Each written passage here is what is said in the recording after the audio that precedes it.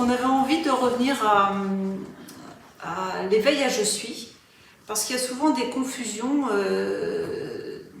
par rapport au corps. Je m'explique. L'éveil à je suis, c'est la réalisation que nous sommes ceux au sein de quoi tout apparaît et qu'il n'y a pas de moi. Nous on parle de moi auteur. Il y en a d'autres qui disent il n'y a pas de moi. Nous on parle de moi auteur. On parle des deux. Oui, on parle des deux.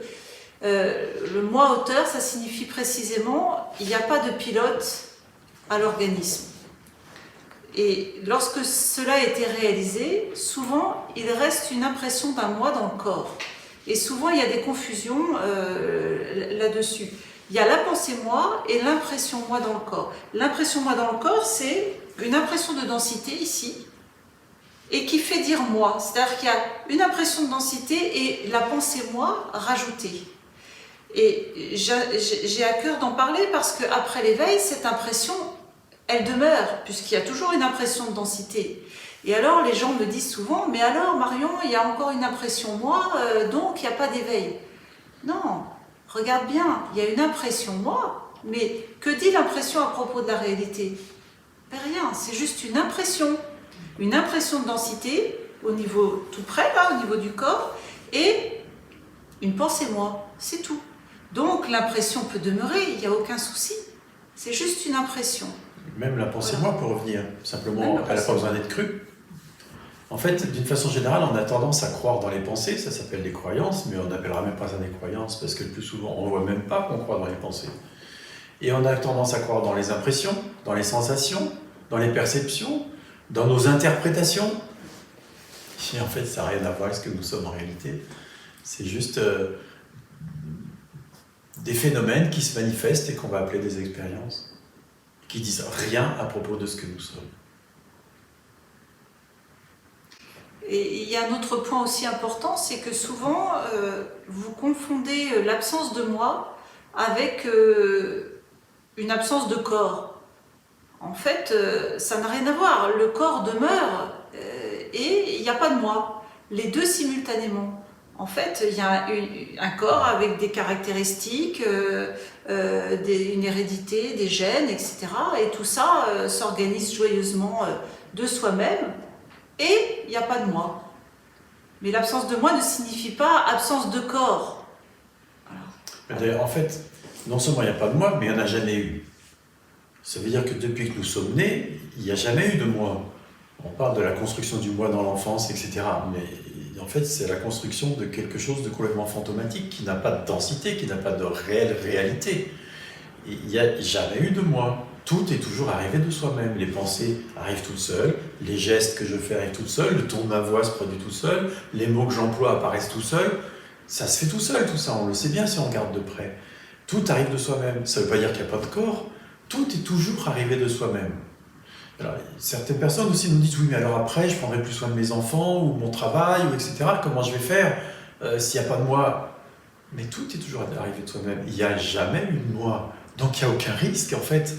Les choses vont continuer à se dérouler, une maman continuera à prendre soin de ses enfants parce que c'est dans la nature naturante, c'est dans la langue naturelle dont on parlait, de s'occuper de ses enfants pour une maman, tout simplement. C'est simplement naturel, ça ne peut pas ne pas, on pourrait dire. Et ça va même plus loin, c'est que des faits de pensée, de croyances à propos d'eux, l'amour pur s'exprime beaucoup plus facilement. C'est-à-dire que les enfants seront beaucoup mieux aimés avec beaucoup moins de croyances, d'a priori, d'idées à propos de comment il faut les élever, etc. Parce que l'amour va transparaître beaucoup plus, l'amour sans filtre, l'amour inconditionnel va transparaître beaucoup plus. Et il va s'exprimer beaucoup plus auprès des enfants et auprès de tout le monde, et auprès de tout, naturellement. Naturellement. C'est la langue naturelle. L'expression de l'amour, c'est la langue naturelle. Juste, je reviens à il n'y a pas de moi. L'invitation est à ne pas nous croire, mais à les regarder par vous-même. C'est-à-dire ça ne doit pas rester sur le plan intellectuel. C'est à les regarder directement au fait. Comment ça se passe? Est-ce que je pense mes pensées ou est-ce que les pensées apparaissent d'elles-mêmes? Comment ça fonctionne tout ça, hein? La première pensée qui arrive là, comment est-ce qu'elle est établie? Est-ce qu'il y a quelqu'un qui la parle? Ou est-ce que non? Jusqu'à ce qu'il soit évident qu'en fait, ça apparaît de soi-même. Toutes les pensées Évident, apparaissent de soi-même. Oui, évident, ça signifie ne plus être mis en question du tout. Une fois que c'est vu, c'est vu. Même si parfois il y a l'impression d'un quelqu'un, il n'y a personne. On dit souvent, appuyez-vous sur ce que vous savez être vrai. En fait, c'est ça. Une fois qu'il a été vu qu'il n'y a pas de moi, il n'y a pas à y revenir.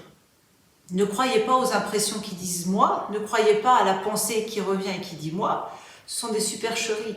Juste appuyez-vous sur la réalité. Il n'y a pas de moi et je suis. Je suis ce au sein de quoi tout apparaît. Ça ne doit plus être mis en question du tout. Le doute ne doit plus apparaître par rapport à ça. Quand des décisions sont prises, on a vraiment l'impression de les avoir prises soi-même. Oui, on a l'impression. Est-ce que l'impression est vraie? C'est-à-dire que, par exemple, on prend une décision, puis on a longtemps réfléchi, est-ce que c'est la bonne, est-ce que c'est pas la bonne, est-ce que je dois aller à gauche, à droite, enfin, est-ce que je dois faire ceci ou cela, etc. Et puis à un moment donné, la décision se prend. Si on regarde de près, c'est comme ça que ça se fait. C'est pas moi qui ai pris la décision. À un moment donné, elle est prise. Oui. Et puis on dit, je prends cette décision. Mais ça, c'est un après-coup. En fait, en réalité, c'est un après-coup. C'est comme les choix. Si on regarde de près les choix, on va voir que systématiquement, les choix sont liés à des conditionnements, à des préférences, à nos gènes, à des choses comme ça, sur lesquelles on n'a aucun contrôle. Pourquoi est-ce que je suis devenu médecin?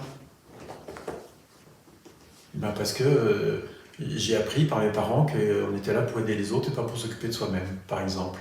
Pourquoi j'étais maman jeune? Parce que on m'a appris qu'il fallait être maman, avoir plein d'enfants pour qu'on atteigne le bonheur même. Et puis parce que tu avais envie d'être maman. Oui. Et l'envie d'être maman... Il y a de l'amour aussi. Elle apparaît, bien sûr, il y avait de l'amour. L'envie d'être maman, elle apparaît. On ne décide pas, bon, ça y est, maintenant, aujourd'hui, je vais décider d'avoir envie d'être maman. Non, ça apparaît. Et en fait, si on regarde de près, tous nos choix se font ainsi.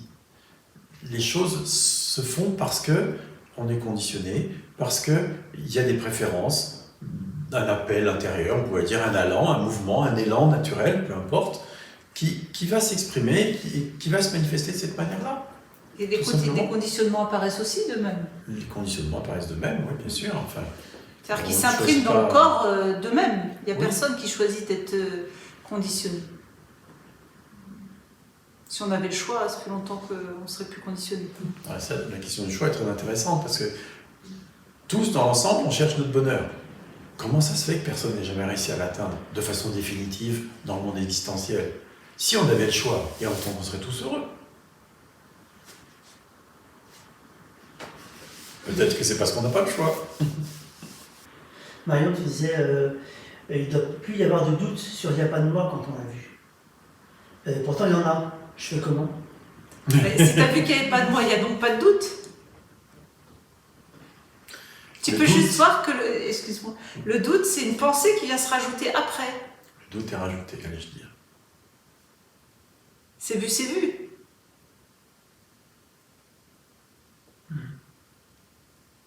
Ça veut dire que le doute apparaît, ou bien, déjà, voir qu'il n'y a pas de moi, c'est pas donné comme ça. Hein. Il y a certains événements qui se produisent qui, à un moment donné, font voir qu'il n'y a pas de moi.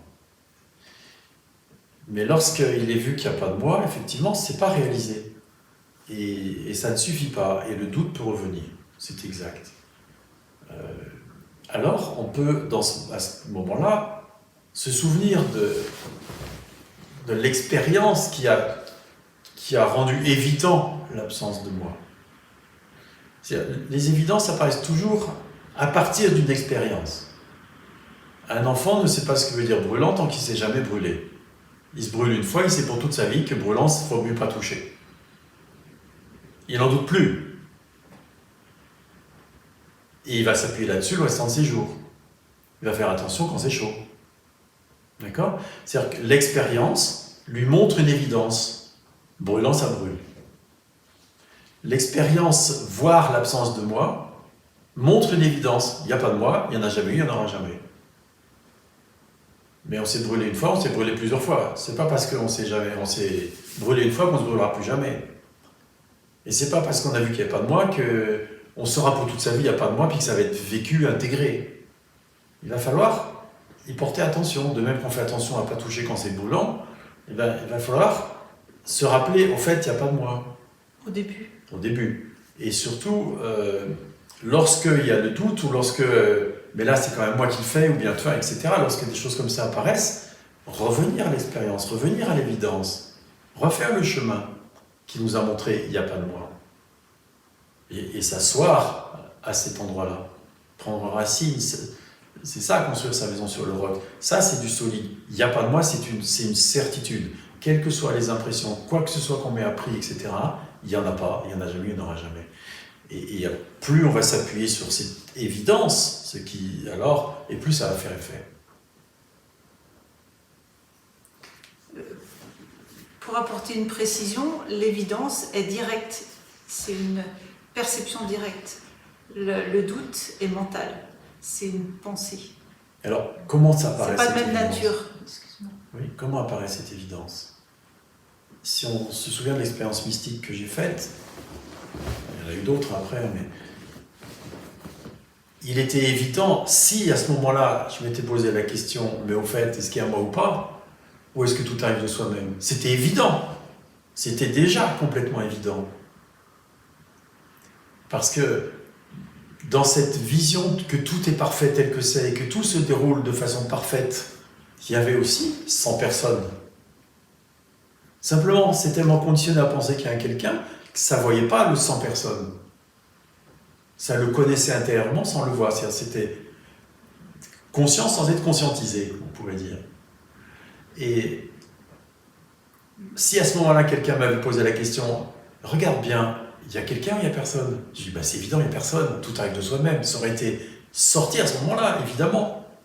Parce que les gens qui touchent cet être et qui prennent le temps de demeurer en tant que l'être que nous sommes, si on leur pose ce genre de questions, ils connaissent les réponses à l'instant. Il n'y a pas besoin de réfléchir. C'est une évidence pour l'être que nous sommes. Et lorsque nous demeurons entre que cet être que nous sommes, ça devient une évidence pour nous si les questions à poser sont posées, tout simplement.